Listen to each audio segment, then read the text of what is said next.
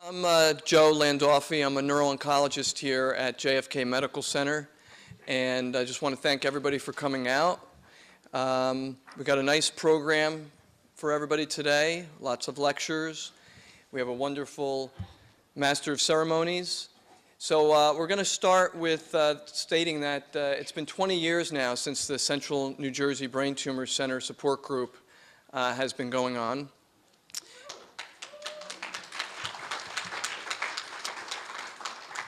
Other than having a very close relationship with my nurse and the patients who join, we are not directly affiliated. The group is independent, not a part of JFK. My nurse, Patty Anthony, is my right hand. I cannot do my job without her. It's a difficult job to do. I don't like it when she takes vacation. I get stressed out. She informed me she's leaving the week after Christmas. I'm a little stressed out. She is there for the patients 24/7. She's there for me 24/7. I try to reciprocate that as best as I can. And for that reason, we have a little gift, a little award to give to Patty today. Making a Difference, Patricia Anthony, RN. Thank you for 20 years of dedication to the Central New Jersey Brain Tumor Support Group and the brain tumor community.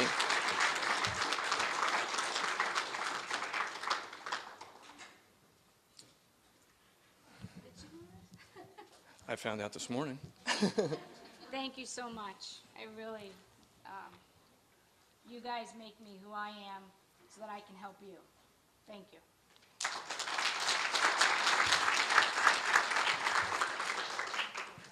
Now I'd like to introduce Al Masella, who I only have known for a few years but consider a friend, and I'm very grateful for him for everything that he does for the Brain Tumor Support Group and for the brain tumor community. Hi, good morning, and thank you for coming. One of the big fundraisers that we do now is something called the National Walk to End Brain Tumors. The concept is to get a small 5K race in one of every of the 50 states, and then grow them into big events and get a lot of money for research so that we can speed up the cure. The person who's putting the whole thing together, we have a national coordinator, Diane Beer. Diane, please come up a second. She's the national coordinator. She runs each of these races. We did about 15 or 16 events last year. We're going to get 50 eventually. Because of all her help, I'm giving her the Volunteer of the Year award. Thank you. Thank you. We're full of surprises today. Thank you very much. I could not do this without all the help from all the coordinators throughout the United States. Thank you very much. Okay. I'm pleased to introduce Nancy Conlevin, co-founder and facilitator of the Monmouth and Ocean County Brain Tumor Support Group.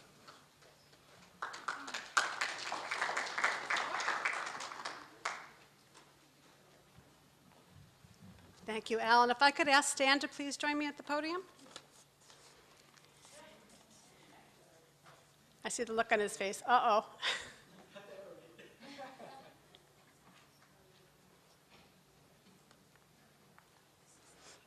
It's no surprise that every person in this room has had his or her life changed in a positive direction because of this man.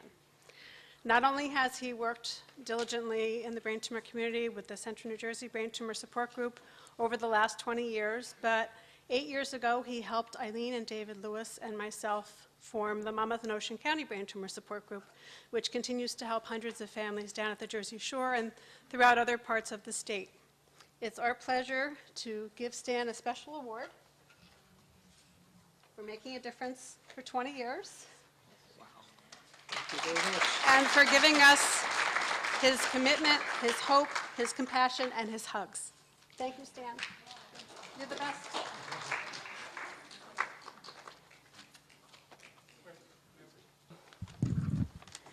Stan, could you please come up here? Oh, it's your own thing. This past week, as everyone knows, the Central New Jersey Brain Tumor Support Group is celebrating our 20th anniversary. And we would not be here today if it had not been for Patty Anthony and Stan and Virginia Schroeder. Stan and Virginia lost their son many years ago to a brain tumor. And what we have done is created the Matthew Schrodo Scholarship Fund. And I would like everyone to know how much Stan and Virginia mean to this community. So I had asked Pam, their daughter, to write something about Matthew, and after I read it, I couldn't read it without being in tears. So Pam is going to do the honors of the reading. But I probably will cry, but Stan? my brother Matt was a terrific person. Growing up, he was like any other annoying brother. He'd put dirty socks over my little brother's face when he was sleeping.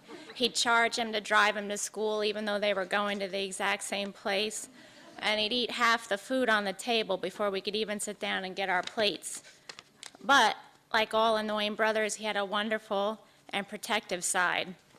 We would all hang out on New Year's Eve and New Year's Day dressing up and goofing off, and we'd make cheeseburgers and nachos for Christmas breakfast.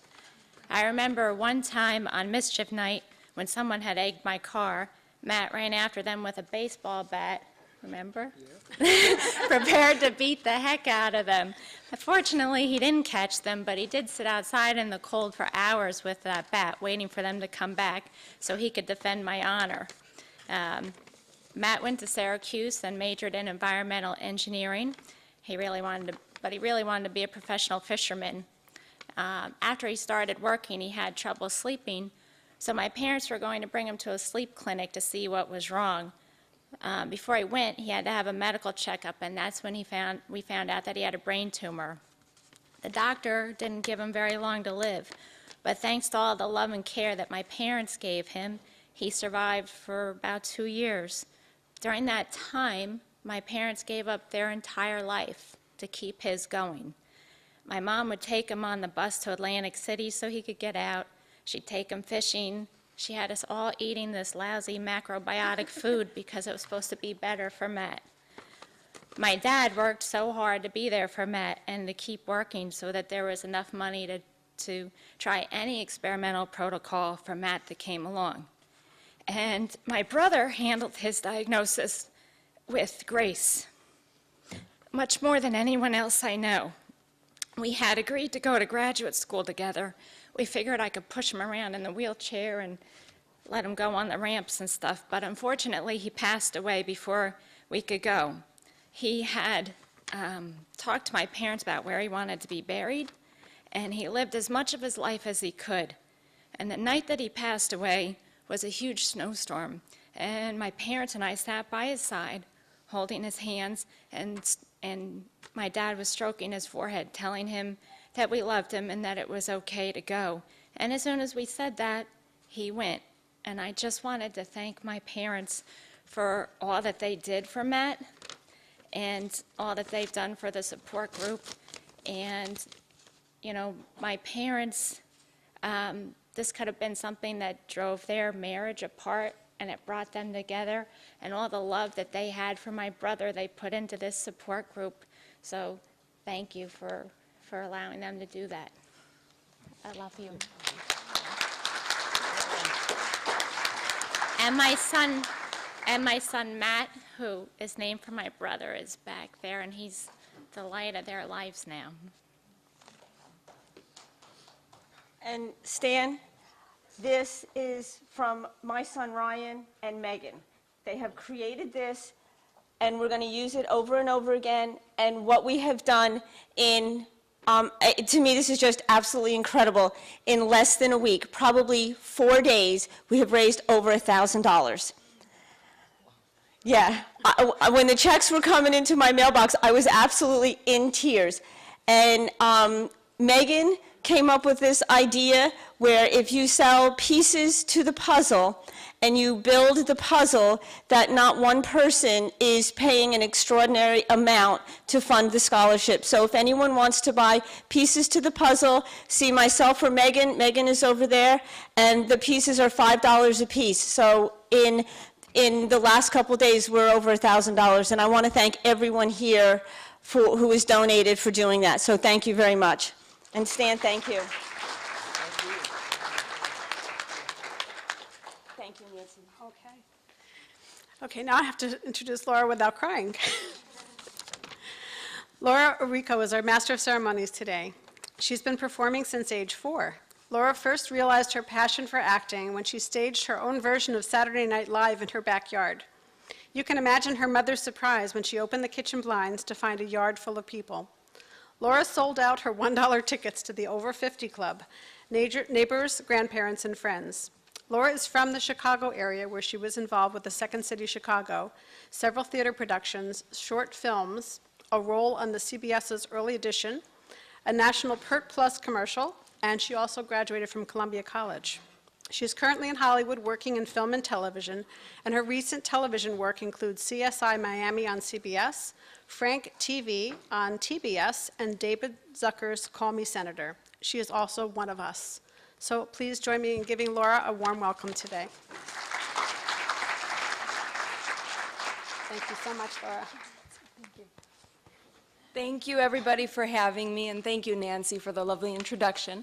I want to thank Al Musella and Stan Schrodo for having me. It's just an honor to be here in the presence of these wonderful doctors and caregivers, and more importantly, all of you, brain tumor patients, survivors, family, and friends. So thank you very much.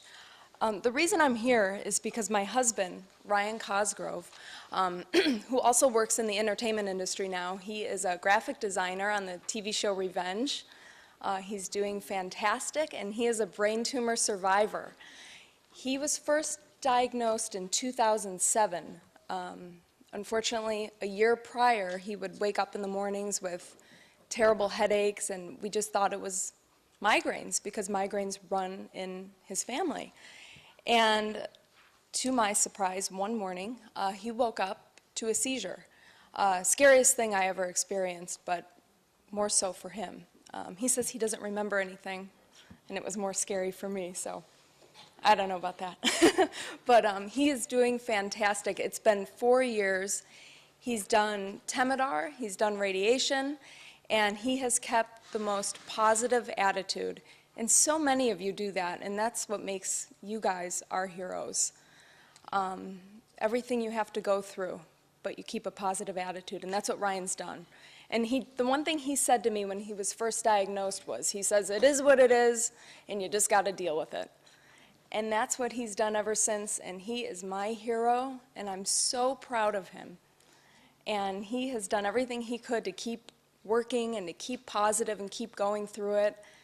And the main thing Ryan and I work on is keeping our sense of humor. And that started, I noticed a lot of the things that were posted up here, a lot of you keep your sense of humor. And there was somebody with a t-shirt, this gentleman over here. I love it. Take a look at it. I can't read it from here, but it cracked me up when I first came in. But one thing Ryan said, we had the nurse and the therapist come in the room when he had just come out of surgery. And he goes, English, right when he came out of surgery. And I said, oh, what's that? Well, 6 hours before he went in surgery, there was about 10 of us in the waiting room, and we were doing a crossword puzzle. And none of us could get the answer, none of us. 6 hours later, recovery room, he's half out of it. He wakes up, he says, English. And we didn't even remember what he was thinking of, but he did. And that's when we knew he was going to be okay. So sorry, I had to share that, Ryan. He's doing great. And then, well, about 2 hours later, you know, we come back into his room, and the doctor's testing his eyesight. And he's having him, how many fingers? And Ryan's like, stare at it for a second, and then he'd go, 2. And then, wow, we're like, okay, great. And then he's like, how many fingers? He'd stare at it, and he'd say, 4. And then he said, the doctor says, are you having double vision? And Ryan says, yes. And he goes, how are you getting these right? And he goes, oh, I'm dividing by 2. So that's my husband. He's awesome. He was treated at Cedars-Sinai Hospital in Los Angeles, where we live. We were fortunate to find Dr. Black.